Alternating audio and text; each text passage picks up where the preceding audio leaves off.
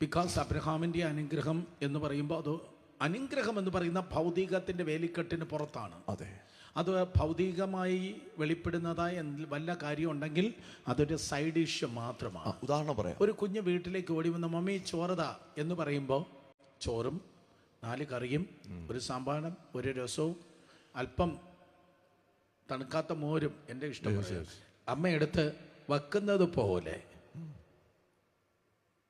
അപ്പോൾ side dish അതിൻ്റെ കൂടെ വരുന്നതാണ്. കുഞ്ഞ് ചോദിച്ചത് ചോറുകാരാണ് ചോദിച്ചത്. ഇതുപോലെ അനുഗ്രഹം എന്ന് പറയുന്ന കാര്യം ചോദിക്കുമ്പോൾ ഭൗതികമായ കാര്യം ആഡ് ചെയ്യുന്നതാണ്. അതെ, അതെ. ഒരു ഉദാഹരണം പറയാം.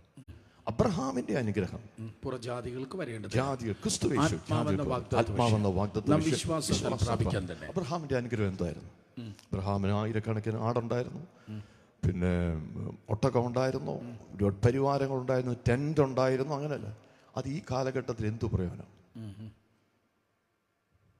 ലിറ്ററലി അങ്ങനെയാണെങ്കിൽ അബ്രഹാമിനെ വെച്ച് ലിറ്ററലി അതാണെങ്കിൽ നമുക്ക് എന്ത് പ്രയോജനം? ഇപ്പം 1000 കാളയെ ഒരാൾക്ക് കൊടുത്തിട്ട് എന്ത് പ്രയോജനം?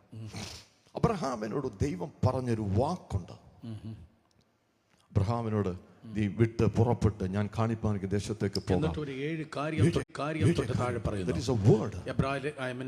ഉൽപ്പത്തി പുസ്തകം 12-ാം അധ്യായം 2-3 വാക്യത്തിൽ കിടക്കുന്ന 7 കാര്യങ്ങൾ. 7-fold blessings. അതായിരുന്നു അബ്രഹാമിന്റെ ബ്ലെസ്സിംഗ്. അതെ.